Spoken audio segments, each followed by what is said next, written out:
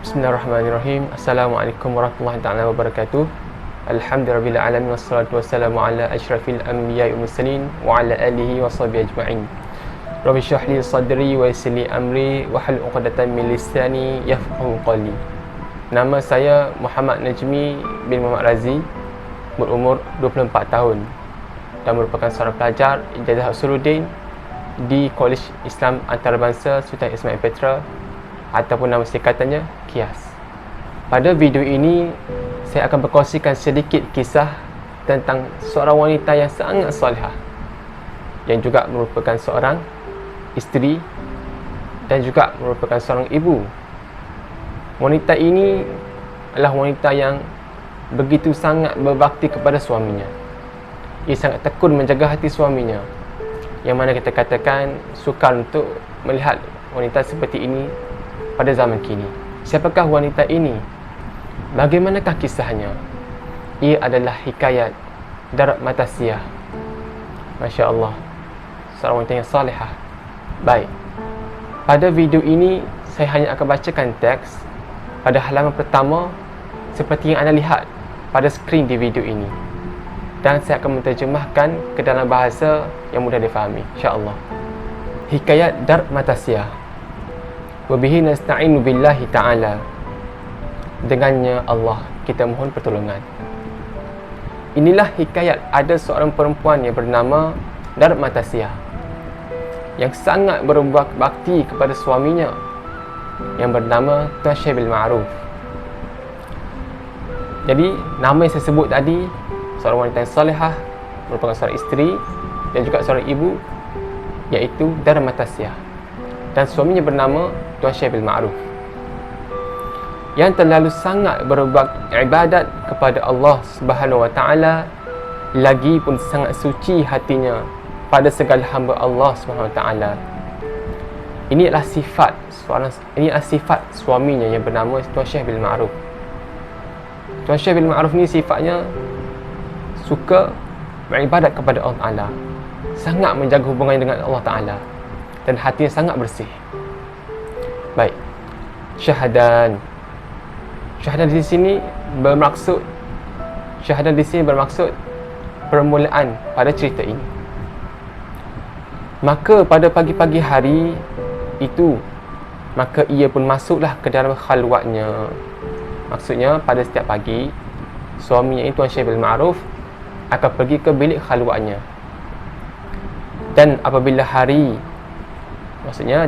berlalunya hari, maka Tuan Syekh pun pulanglah ke rumah isterinya bernama Darat Matasiyah, serta Darat Matasiyah melihat suaminya datang dari dalam khalwatnya itu. Maksudnya di sini, apabila suami selesai daripada melakukan ibadat ke dalam bilik khalwatnya, lalu ia pulang ke rumah isterinya, dan pada ketika itu isterinya melihat suaminya pulang, dan kita tengok sifat tindakan bagaimana seorang isteri solehah apabila menyambut suaminya pulang ke rumah.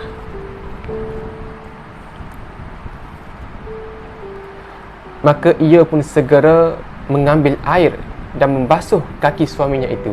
Masya Allah. Apabila suaminya pulang, Darat Matasiyah ini dia segera pergi ambil air. Lalu sebelum suaminya melangkah masuk ke dalam pintu rumah, ke dalam pintu rumah, ia basuh dulu kaki suaminya. Ini sifat seorang isteri yang salihah.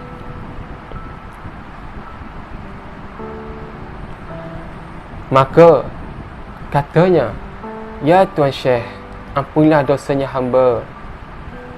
Isteri Darat Matasiyah apabila menyapu kaki suaminya, ia mengatakan kepada suaminya, Wahai suamiku, wahai Tuan Syekh, ampunilah dosaku."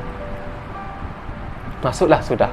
Maksud di sini adalah suaminya pun mula masuk, melangkah ke dalam rumah. Maka disapunya dengan rambutnya serta ia sujud pada kaki suaminya itu. Subhanallah. Apabila suaminya masuk melangkah ke dalam pintu rumah, maka Darat Matasiyah pun menyapu kaki suami dengan rambutnya dan ia sujud pada kaki suaminya. Maka ujarnya Darma Tasiyah itu. Ya Tuanku, Tuan Syekh, ampunilah dosanya hamba-Mu. Wahai Tuanku, wahai Tuan Syekh, wahai suamiku, ampunilah segala dosaku. Maka kata suaminya, ya Adinda, apa dosanya diri kerana engkau orang yang berbakti? Apa dosanya diri kerana engkau orang yang bakti kepada suaminya itu kakinya? Subhanallah. Ini antara sifat seorang suami yang baik, seorang suami saleh. Apabila isteri melakukan kebaikan kepadanya, ia memuji isterinya. Bagaimana ia memuji isterinya? Lihat bagaimana Tuan Syekh bil Ma'ruf ini memuji isterinya. Wahai Adinda, maksudnya wahai isteriku, apalah dosamu kerana engkau sangat berbakti kepadaku. Itu bahasa secara mudah untuk difahami. Baik. Maka Darma Tasiyah pun lalulah mengangkat hidangan nasi dan air membasuh tangan ke hadapan suaminya itu.